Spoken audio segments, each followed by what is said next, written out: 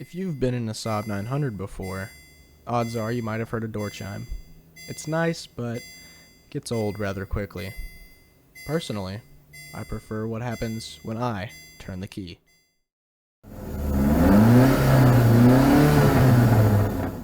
Hi, I'm Colin. I'm 16 years old, and my car runs.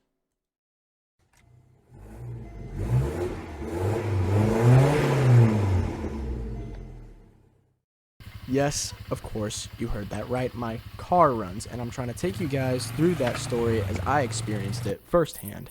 Now, I didn't think this was going to become a reality 1 year and about 2 months ago, but dropping the engine in my car finally made me realize that, hey, this is not so bad after all. And after a year of doubt and sluggish work trying to get through all of the fire damage, it started to become a reality once again.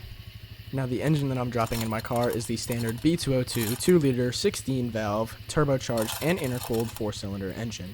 Now, we got this engine from a parts car, but we made sure to make it spotless and restore and maintain some of the different components to make sure that it was out of the crate quality. After making our mechanical and electrical connections from the car to the engine, especially the 3 motor mounts on the front, left, and right sides of the engine bay, we quadruple checked our turbo connections before moving on to the brakes.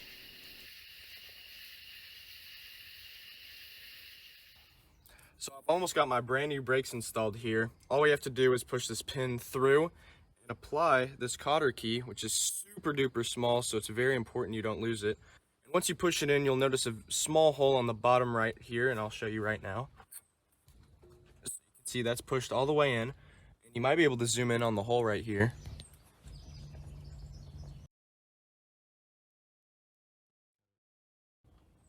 So once you line it up, you just stick the pointy end or the straight end through the hole, as such, and push down. Now we're going to connect the emergency brake to the actual brake here. But first, we have to connect this rubber bellows before we do, to keep any dust and grime off of the line here. After assembling my emergency brake, it was finally time to fire it up.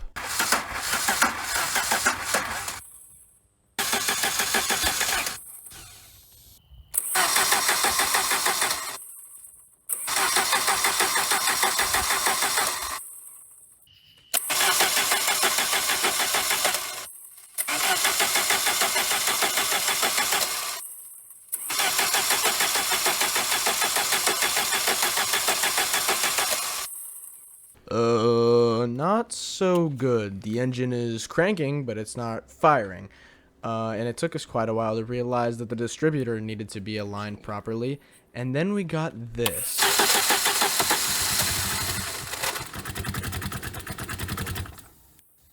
Well, my view from the inside made it seem that things weren't so good, so my dad decided to get some expert advice on distributor alignment.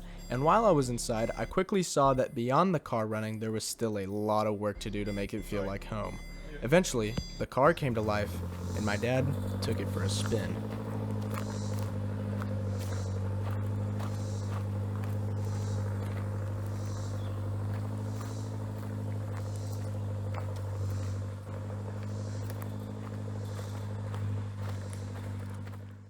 And to be honest, from the first impression, things seemed amazing. Until...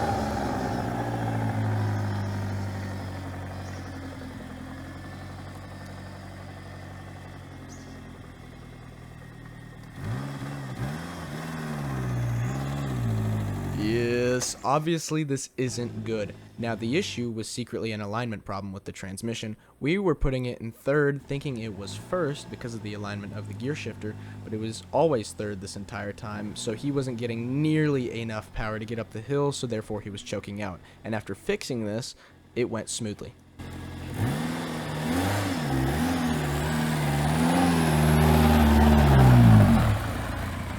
And after this quite literal hiccup, everything else from the car's performance seemed to be as if it had a torch under its hiney. And of course, I got to bask in the glory of the magnificence of this SAAB 900 SPG as it drove away from me for the first time in a year. Well, that is of course not getting towed away by the fire department, but you get the point.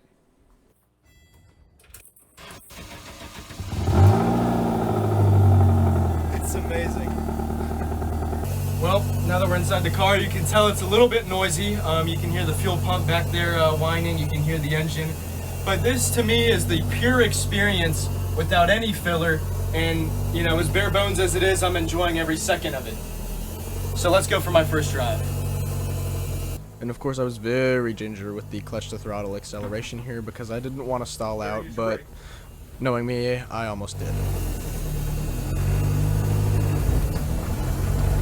Oh yeah, I can really feel that power settling in again as I'm climbing up this little hill with first gear.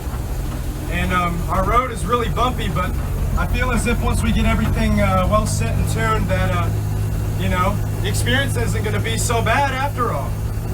And I'm just enjoying it with the power steering and everything, and I'm not trying to be too stressful on the engine right now. I'm just trying to enjoy this for as long as I can. For the first time, especially with power steering. Now, I didn't actually get to enjoy this as my first edition of this car didn't actually have power steering capabilities. So this is a completely new experience for me. Let's give it some power up this hill.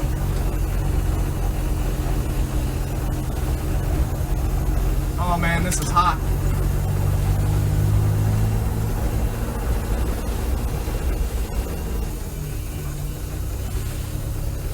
Trying to take this slow on this little corner here.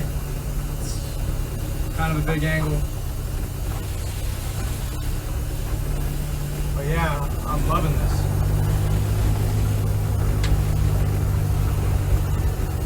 And here we are.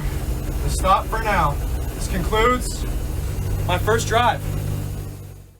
Unfortunately, this episode did not have a guessing game winner, but next episode, I'm sure one of you will be. Now, today, I'm giving zero leeway as to what this is, as it directly alludes to the next episode. So I'm curious to see what you guys can put up in the comments, and thank you so much for watching yet again.